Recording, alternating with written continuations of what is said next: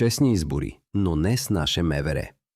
Тошко Йорданов от Има такъв народ предлага въвеждане на сканиращи машини, които държавата може да наема, за да се гарантира реален контрол на вота. Разбира се, че са сканиращи машини, които разбира се могат да бъдат взети под наем, както бяха взети първите. Има достатъчно такива машини.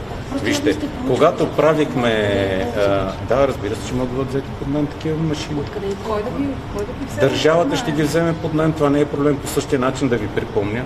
Бяха взети и онези машини, които сега всички сме изпълнени със съмнение към тях, защото Кирил Петков и мисля, че кой беше то на БСП тогава?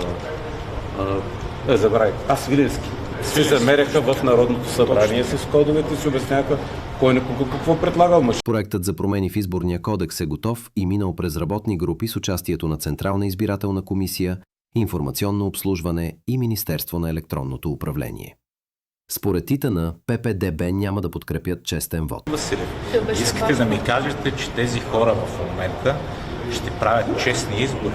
Припомнят се думите на Асен Василев за избори с наше МВР. Опасно е да се подвеждаме по идеите на хора, които искаха да правят избори с тяхно МВР, които искаха да правят избори с хора, които са одобрени от посолството, които искаха да правят ала-бала.